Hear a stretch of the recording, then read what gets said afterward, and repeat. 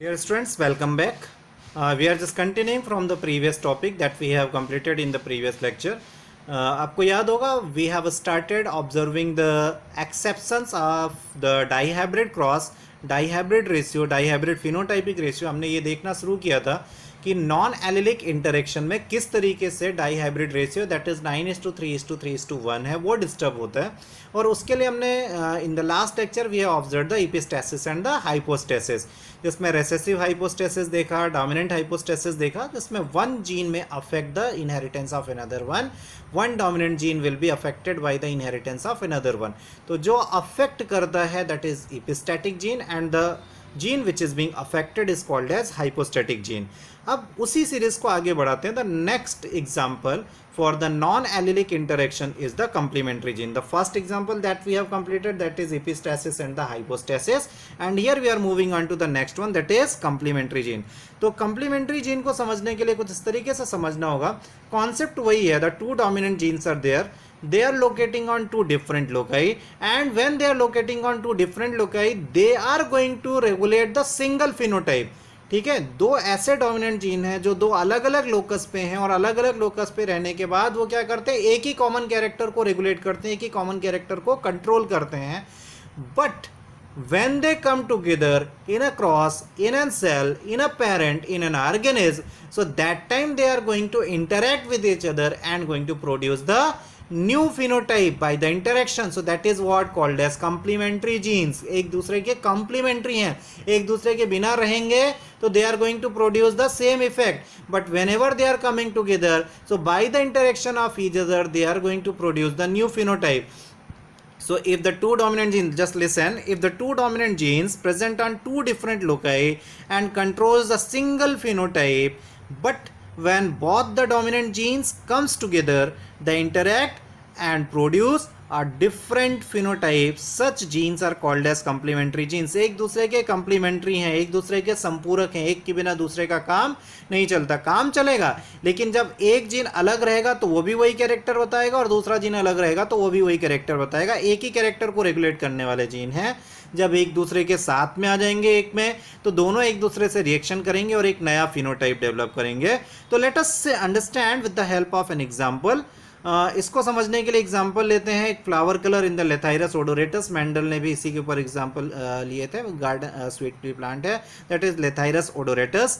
लेथाइरस odoratus में दो तरीके के फ्लावर मिलते हैं, one is white and other one is purple.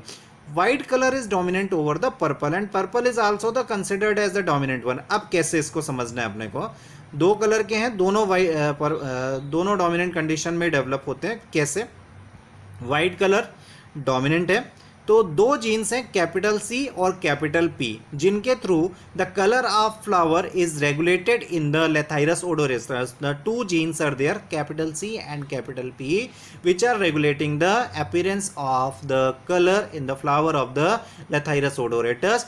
अब ये सी और पी जब दोनों अलग अलग आएंगे, अलग अलग सेल्स में रहेंगे, अलग अलग लोकस पे रहेंगे, so they are going to regulate they are going to produce the phenotype that is white in color। when both C and P present separately, so they will produce the white colored flower। जब C और P एक दूसरे से अलग अलग रहेंगे तो वो white colored flower बनाएंगे। लेकिन जैसे ही C और P एक दूसरे के साथ में आ जाएंगे, एक दूसरे से interact करेंगे and they will produce the purple colour flower. So ये क्लियर हो गया। White means what, when both dominant genes present separately, जब दोनों डोमिनेंट जीन सी और पी एक दूसरे से अलग अलग रहेंगे उस समय वो व्हाइट कलर का फ्लावर बनाएंगे। लेकिन अगर किसी कारण से both the genes comes together, so they will interact and they produce the new phenotype that is purple। तो यही है concept, the two dominant genes present on two different loci controls the single phenotype, but when they both come together then they interact and produce the different phenotype that is called as complementary genes। let us understand, दो gene है capital C और capital P, अलग अलग रहने पे दोनों white colour को ही regulate करते हैं, साथ पे आने पे वो पर्पल कलर बनाते हैं। कैसे, उसको समझते हैं। यहाँ पे अपन उसकी मेटाबॉलिज्म पे जाते हैं, उसकी फिजियोलॉजी पे जाते हैं। The gene capital C is going to produce an enzyme which is going to catalyse the formation of the raw material for the synthesis of the pigment. ध्यान रखिए बेटा, the pigment anthocyanin is needed for the purple colour of the flower. Anthocyanin pigment की जरूरत होगी जो purple colour of flower produce करेगा। So gene सी वो gene होता है जो उस रॉ मटेरियल को प्रोड्यूस करता है जिसकी जरूरत होती है for the synthesis of the pigment. So gene C produce the enzyme which catalyzes the formation of necessary raw material for the pigment synthesis. ठीक है, C का रोल समझ में आ गया। The C gene is going to produce an enzyme which is going to stimulate the synthesis of raw material for the pigment formation. Pigment formation के लिए लगने वाले raw material की synthesis को इंड्यूस करने वाला, स्टिमुलेट करने वाला एंजाइम का प्रोडक्शन कराता है जीन कैपिटल सी। दूसरा जीन अब इसके बाद काम करना शुरू करता है इस रॉ मटेरियल को पिगमेंट में कन्वर्ट करने के लिए जिन एंजाइम्स की जरूरत होती है, that is being produced by the gene P. समझ में आ गया? पहला जीन सी है, that gene C is working to produce the enzyme which is going to catalyse the formation of raw material for pigment synthesis. अब दूसरा gene in raw materials के ऊपर काम करता है और ऐसे एंजाइम्स का सिंथेसिस कराता है या ऐसे प्रोडक्ट्स का सिंथेसिस कराता है जिनके थ्रू ये रॉ मटेरियल एंथोसाइनिन के फॉर्म में कन्वर्ट हो जाते हैं। That anthocyanin is responsible for the formation of the purple colour. ठीक है, तो gene P produce an enzyme which convert the raw material into the pigment, that is anthocyanin. That anthocyanin is responsible for giving the purple colors to the flower. Is it clear? फिर से एक बार repeat करूं, gene सी ऐसे enzyme का production कराएगा जो raw material का synthesis करेगा, और जीन पी फिर इस रॉ मटेरियल को प्रोडक्ट में means what in form of pigment to convert in form of pigment that is anthocyanin के लिए जो एंजाइम रिक्वायर्ड होगा उसका फॉर्मेशन कराएगा। तो अब ये तो क्लियर हो गया आप लोगों को कि जो पर्पल कलर ऑफ फ्लावर है वो तभी पॉसिबल होगा जब कैपिटल सी और कैपिटल पी दोनों एक दूसरे के साथ आएंगे। अगर अलग अलग रहेंगे तो there is no chance of producing the purple colour, otherwise वो व्हाइट कलर ही प्रोड्यूस करेंगे। और ये पर्पल कलर क्यों आया? क्योंकि सी और पी दोनों ने इंटरैक्ट किया to produce a kind of pigment that is anthocyanin. ठीक है, जैसे यहाँ पे क्या हुआ, सबस्ट्रेट ए था, that substrate A has to convert in form of the substrate B that should be working as the raw material. Substrate A था, उसको सबस्ट्रेट बी में कन्वर्ट करना, that substrate B will be the raw material for the pigment synthesis. तो A को B में convert करने के लिए, सबस्ट्रेट ए से रॉ मटेरियल को बनाने के लिए एक एंजाइम लगेगा, that enzyme will be produced by the gene C. ठीक है, सबस्ट्रेट ए को सबस्ट्रेट बी में, सबस्ट्रेट ए को रॉ मटेरियल में बदलने के लिए एक एंजाइम लगेगा, उस एंजाइम का प्रोडक्शन कौन कराएगा? Gene C. उसके बाद में इस सबस्ट्रेट बी को मींस रॉ मटेरियल से क्या बनाना है? प्रोडक्ट बनाना है, दैट प्रोडक्ट इज पिगमेंट और एंथोसाइनिन। ये किसकी प्रेजेंस में होगा? सम ऑफ द एंजाइम, और उस एंजाइम का प्रोडक्शन कौन कराएगा? Gene P. तो अगर जीन सी ब्लॉक हो जाए तो एंथोसाइनिन नहीं बनेगा, जीन पी ब्लॉक हो जाए तो एंथोसाइनिन नहीं बनेगा। समझ में आ रहा है? यदि जीन सी को हटा दें, यहाँ पे स्मॉल सी आ जाए तो that will not be able to produce the enzyme, तो यहाँ से आगे की प्रोसेस रुक जाएगी। और यहाँ तक की प्रोसेस हो गई due to the presence of capital C, तो क्या होगा? अगर यहाँ पे स्मॉल पी आ गया तो आगे की प्रोसेस नहीं होगी। तो दोनों ही कंडीशन में क्या आएगा? व्हाइट कलर का फ्लावर आएगा, पर्पल नहीं होगा। पर्पल के लिए दोनों जीन्स की इंटरेक्शन होना जरूरी है, दोनों टाइप के एंजाइम्स का बनना जरूरी है। So let us try to understand with the help of a cross. Capital C small P लिया तो ये क्या हो जाएगा? आपका व्हाइट हो जाएगा, क्योंकि कैपिटल सी अलग है और ये स्मॉल पी हो गया। यहाँ पे स्मॉल पी और कैपिटल पी लिया तो ये व्हाइट हो जाएंगे, दोनों हम हो जाएंगे पेरेंट्स हो गए। जीन्स निकाले कैपिटल से स्मॉल सी कैपिटल पी, जो F1 क्रॉस हो जाएगा capital C capital P small P, purple flower आएंगे सारे, क्योंकि कैपिटल सी और कैपिटल पी एक दूसरे के साथ आ गए, दोनों कम्स टुगेदर, एक दूसरे के साथ आए हुए हैं। ठीक है, तो कैपिटल सी और कैपिटल पी दोनों एक साथ आ गए तो क्या बनाया उन्होंने? पर्पल। यहाँ देखिए कैपिटल सी अलग था तो उसने बनाया व्हाइट, यहाँ कैपिटल पी अलग था तो उसने बनाया व्हाइट। अब ये कैपिटल सी और कैपिटल पी दोनों एक साथ आ गए तो इन्होंने बनाया purple. Now as per the Mendelian inheritance pattern अपने को इसका सेल्फ क्रॉस कराना होगा। सेल्फ क्रॉस कराते हैं तो क्या बनेंगे? Gametes capital C capital C small C capital P small P, the same gametes will be here since the self cross is there. अब इनके बीच में क्रॉस कराया तो capital C capital P capital C capital P capital C capital P आ जाएगा, capital C capital P like that. यहाँ पे भी capital C capital P capital C small P capital C capital P capital C small P the capital C, small c, capital P, capital P, capital C, small c, capital P, capital P, small c, capital P, capital P, small c, capital P, small p, and here capital C, small c, capital P, small p, capital C, small c, capital small p, small p, small c, capital P, small p, like that. अब phenotype देखते हैं अपन. हमने क्या देखा हुआ है, जब capital C और कैपिटल पी दोनों डोमिनेंट जीन एक दूसरे के साथ में आएंगे तो क्या बनाएंगे, वो पर्पल, और यदि अलग अलग आएंगे तो बनाएंगे वाइट. तो let us see, capital C and capital P दो डोमिनेंट जीन आ गए तो purple, capital C capital P दो डोमिनेंट हो गए purple, capital C capital P purple, capital C capital P purple, capital C and capital P दोनों dominant है purple, capital C and small P है, यहाँ पे दोनों स्मॉल पी हैं तो कैपिटल सी और दोनों स्मॉल पी, तो अब ये हो जाएगा वाइट. यहाँ पे कैपिटल सी और कैपिटल पी आ गया तो ये पर्पल हो जाएगा. Capital C and small P, once again both the small P are there so that will be the white one. Capital C के साथ कैपिटल पी आया तो फिर से पर्पल, कैपिटल सी के साथ में capital P purple, small C के साथ में कैपिटल पी, तो अब ये क्या बनाएगा वाइट, क्योंकि ये अलग डोमिनेंट जीन आ गया.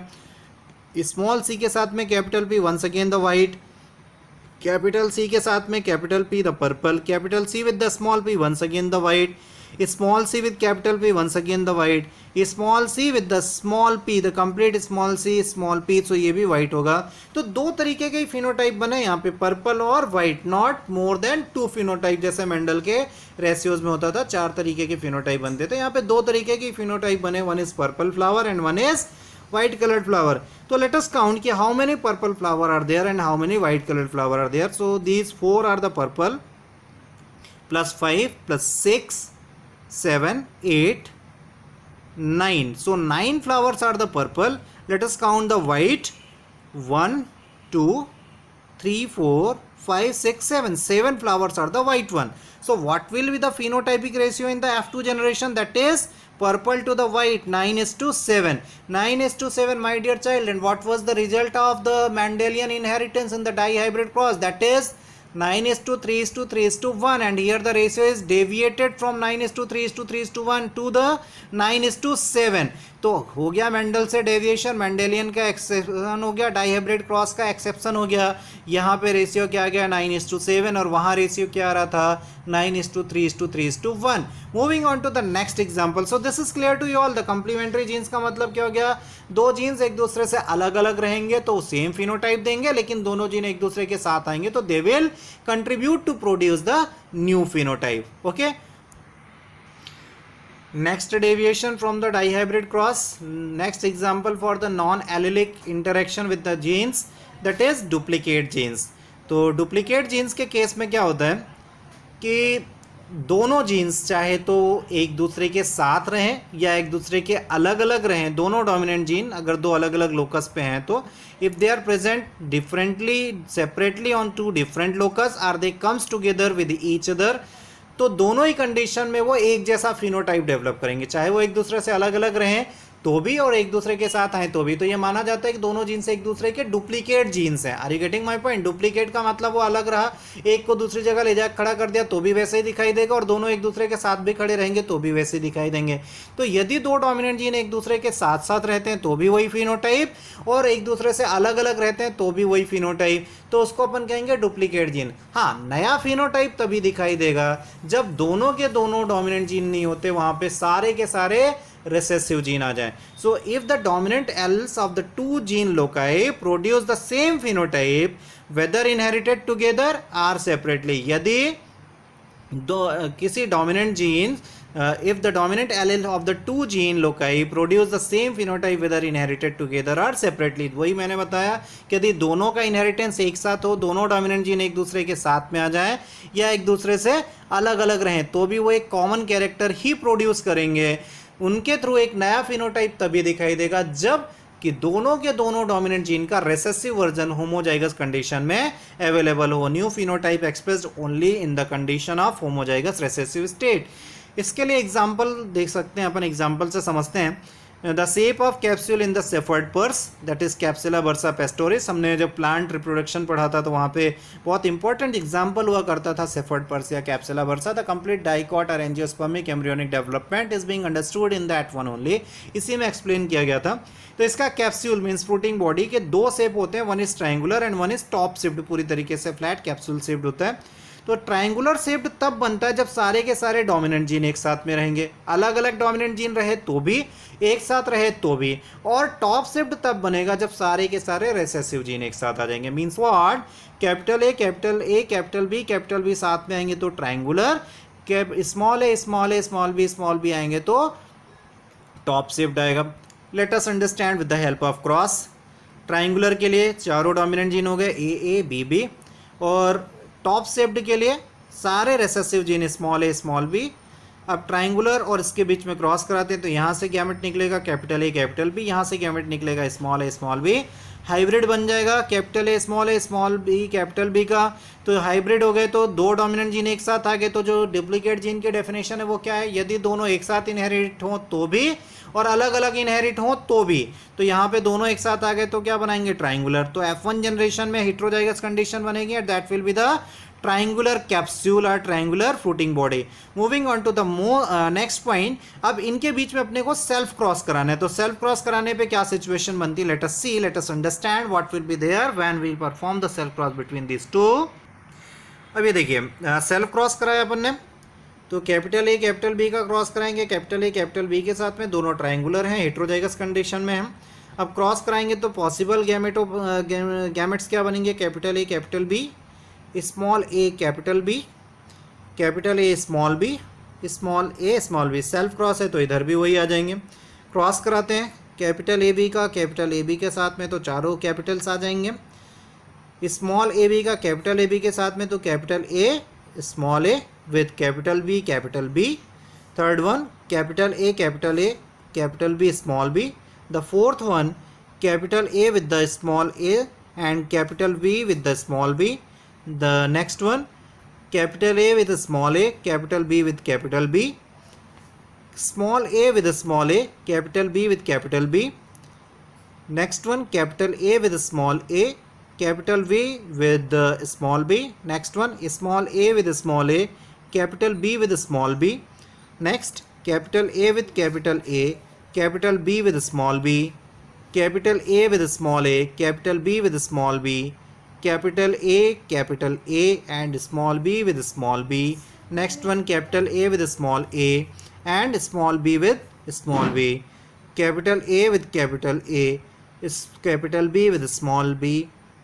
अगले में आ जाएगा आपका स्मॉल ए और स्मॉल ए, बी के साथ में स्मॉल बी, कैपिटल ए के साथ में स्मॉल ए और दोनों बी स्मॉल होंगे। अब लास्ट में जो कॉम्बिनेशन बनेगा होमोजाइगस रिसेसिव बनेगा, that will be the small A and small A small B and small B. अब इसको अपन डुप्लीकेसी के लॉ के हिसाब से समझने की कोशिश करते हैं। अब देखते हैं इसका जीनोटाइप का फिनोटाइप क्या बनेगा। हमने देखा था डुप्लीकेट जीन्स के केस में यदि दोनों डोमिनेंट जीन एक दूसरे के साथ आएँ तो भी और अलग अलग आएँ तो भी वो एक ही कैरेक्टर को एक्सप्रेस करेंगे। तो जैसे हमने यहाँ पे क्या लिया था, ट्राइंगुलर और टॉप शिफ्ट लिया था। तो ट्राइंगुलर क्या होता है, डोमिनेंट कैरेक्टर है जो कैपिटल और कैपिटल बी से एक्सप्रेस होता है। तो लेट अस सी। अब ये यहाँ पे देखिए कैपिटल ए और कैपिटल बी एक दूसरे के साथ में आ गया तो ये क्या बनाएगा, ट्राइंगुलर। कैपिटल ए के साथ में फिर से कैपिटल बी आया तो ये बनाएगा ट्राइंगुलर। फिर कैपिटल ए के साथ में स्मॉल बी कैपिटल ए के साथ में कैपिटल बी आया, ट्राइंगुलर। कैपिटल ए और कैपिटल बी एक बार फिर से साथ में आए हैं, ट्राइंगुलर। कैपिटल ए के साथ कैपिटल बी आ गया, ट्राइंगुलर। यहाँ पे दोनों स्मॉल ए हैं लेकिन एक कैपिटल बी है, तो as per the law of duplicate gene या तो साथ साथ आए या अलग अलग आए तो भी एक ही कैरेक्टर पर होना डोमिनेंट। तो यहाँ पे कैपिटल बी डोमिनेंट है तो ये भी क्या हो जाएगा, ट्राइंगुलर। यहाँ कैपिटल ए और कैपिटल बी दोनों साथ आए हैं तो ये भी बनाएगा ट्राइंगुलर।